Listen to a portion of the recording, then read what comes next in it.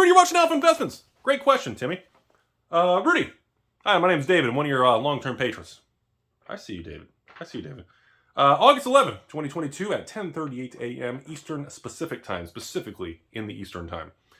David wants to know, Rudy, if you think about it, would you seriously just mind making a short video talking about simply why the card market and the stock market and all markets, even crypto, appear and seem to be going up decently well, despite being in a technical recession, which is true, but we can't say that in this new era, which historically I thought stocks and such tend to flail, in which stocks tend to flail their arms and continue to go down. No need to reply. Thanks, David. Well, David, you're getting a reply. David N., you're getting a reply. So, David wants to know, if things are simply put, if things are shitty, why all of a sudden are we leaving this summer, going in Q3, second half of the year now in August, and why is the crypto market bounced off the lows? Why is the stock market way off the lows? And why does the CCG world seem to be stabilizing after all the fire sailing and everything's going to zero talk? Well, again, I'm not going to tell you to go out and buy any specific stock. Never done that in 6.9 years. Never going to do that because that's stupid. For most people, buying an individual stock just is dumb because you don't have the time and you don't have the research. It's just buy the S&P and do something basic for a long-term retirement. That's what everybody does. That's usually the most stable, least risk versus a individual stock that's risky. But again, I'm a guy who spends $8.99 on a haircut, uses a coupon, and I'm in a basement. You should really actually speak to someone who's licensed. So remember, number one, equity, stock markets, bond markets, all these markets operate 6 months forward. Okay? Nobody cares about the past. All everybody does is what's happening next, what's happening 6 months. So in Q3, which is August, when we see this bounce in the market, it's the market right now and the smart money and speculators and all this crap pretty much placing their bets that they believe the worst is over. Inflation has peaked. This is what the market's attempting to figure out. Because it's basing that 6 months from now, which is the end of the year, holidays, in Q1 of 2023, is things are going to be a lot better. Inflation is going to continue to cool. Maybe the Fed stops raising rates because inflation finally comes down and actually shows signs of actually being tamed and under control. I don't know. I'm not from the future. My DeLorean sucks. I've gone 88 miles an hour. The only thing you get is a ticket. And you need more windshield washer fluid. It's weird. So, same thing with Collectible World. When the Collectible World, people aren't speculating what's going to happen next. I mean, you get all the internet scholars and social media and that'll try to speculate and buy a bunch of little $3 cards or speculate on a standard card or do whatever foo-foo thing. And more power to them. They deserve their hugs and they're having fun. You can't fault someone for having fun. But the collectible world's a little different. Equities and stocks tend to be priced today what they are supposedly going to be worth in the next 6 to 9 months. The market is telling us things are going to be a lot better in 6 to 9 months. If it's wrong, you're going to see this dead cat bounce, turn around, and continue to cut lower, hit new lows, and things will continue to worse. Recession will deepen, yada, yada, yada. If the market's right, any form of downtick is going to be met with support. And by the time you realize the bottom's in place from a couple months ago, it's going to be too late because you can never know when the bottom's official and you never know when the top of the market is in until you reflect back 6 to 12 months later. That's the nasty reality of life. That's the nasty reality of, if you want to call it gambling, speculating. You never really know who's right or wrong until time marches forward and we can all look back and say, well, Rudy was full of shit. He got all that wrong. What an idiot. Or, he got that one thing right, but he got 9 things wrong. And again, the objective of all collecting and investing and enjoying your life is to get more things right than you get wrong. There is no way to get everything right in this world. Anyone who busts your balls or yells at some LGS or thinks a distributor or this, anyone who's very emotional over any content creator, any store, any person who posts online, any person who's on a social media platform. Maybe they're just asking a question in a message board or a forum.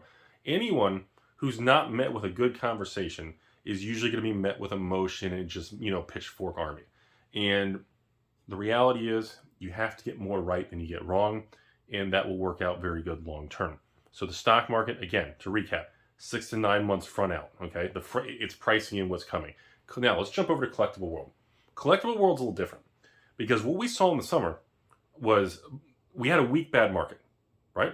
And then all of a sudden, out of nowhere, what happened? Baldur's Gate came out, and it took a bear market, and it just threw fuel in the fire, and it went nuclear, and everything became a disaster, right? So we went from a bad market in this summer to just absolute nightmare, which stores were on the hooks, distributors and everything just got real messy, right? And then after that, stores had to realize, holy crap, I need to raise capital. I can't sell Baldur's Gate unless I lose 20, 30% of my money. I can't do this. Crimson Vow's bad. Streets of Barry Manilow's bad. Midnight Hunt's bad. Kamigawa's come down. What do? Do I liquidate all my inventory? I need to raise capital. I get overhead, fixed cost expenses, and all this. Everything. Then the emotion and the panic kicked in. And we saw that fire sale in stores dumping product all over the board. I mean, I'm not going to lie. I was on Amazon. In many of these stores, I was buying like Midnight Hunt collector boxes. Was on like Amazon for like $135 and $139, and like, you know, and you can use like a 5% cashback Amazon card. So like some of these prices were so insane. I was buying on Papa Bezos or something. I mean, these companies were just dumping product, and you know, and I know they're dumping the product not because they believe it's going to zero, but in the collectible world, unlike the stock market, they're dumping product to raise capital for the next release, which was Double Masters. Double Masters was such a success, it recapitalized the secondary market in most LGSs. Double Masters, I'm telling you all, was whatever. Double Masters, I'll say it anyways. Double Masters ended the bear market. That's my opinion. Double Masters recapitalized the supply chain of distribution all the way to LGS, to Evil Rudy Basement, to everybody. It saved and stabilized the market. So many LGSs were, I mean, it was just an extended hand that pulled them out of the depths of hell. I can't emphasize enough how important the profit of Double Masters was to saving these businesses, overhead expenses, payroll, the losses on selling other product. And again, I can always tell when we're in that really bad time, because think about this. Because I can tell, because I'll get more of those messages. You know, a patron slips in, or a patron sends me a message and says, "Yo, Rudy, why is all your products more expensive than everybody else?" Because again, I'm not going to lower all the prices and just dump everything and lose half my money.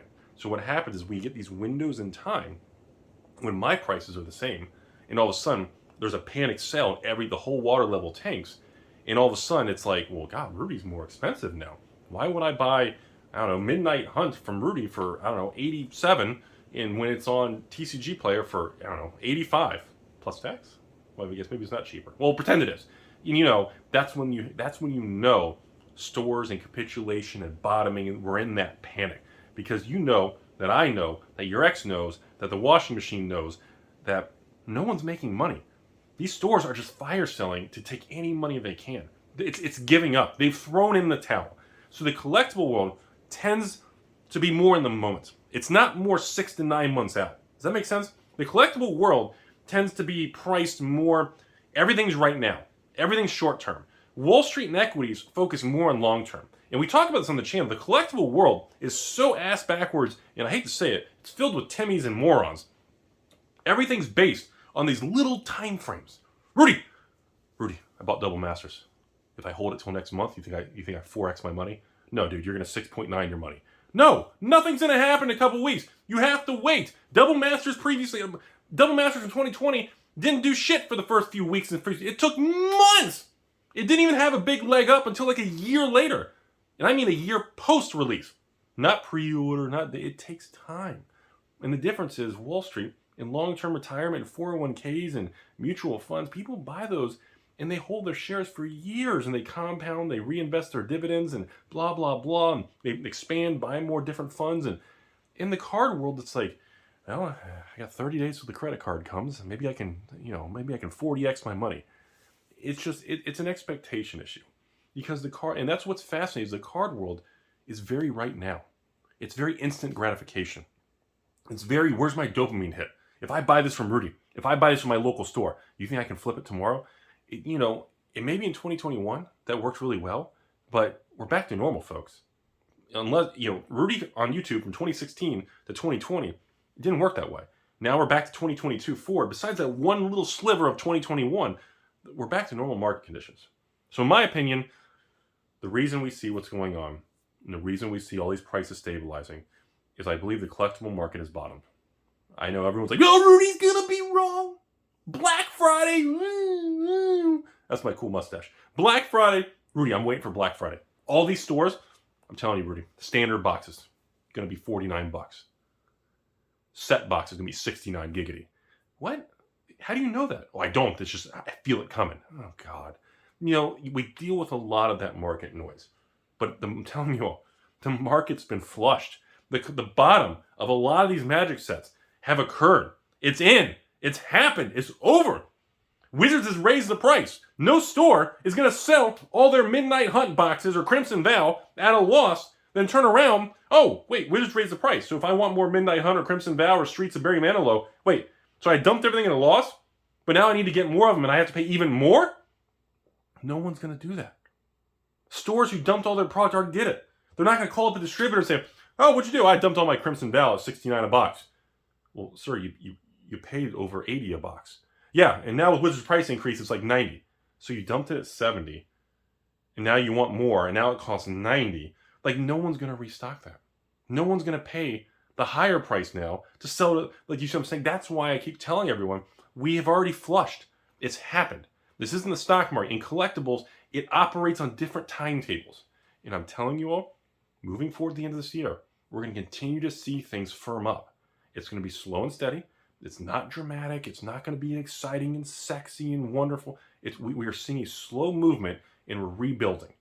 And I like what I see right now. So going back to whenever I threw that paper. So to go back to that video's question, the market believes that the stock market is bottomed and is moving forward. That's why you keep seeing money enter the market right now. And we don't know if that's going to be true. It's going to take time to find out. Well, this time next year, we'll be able to reflect from a year ago to say, hey, was that a bottom or not?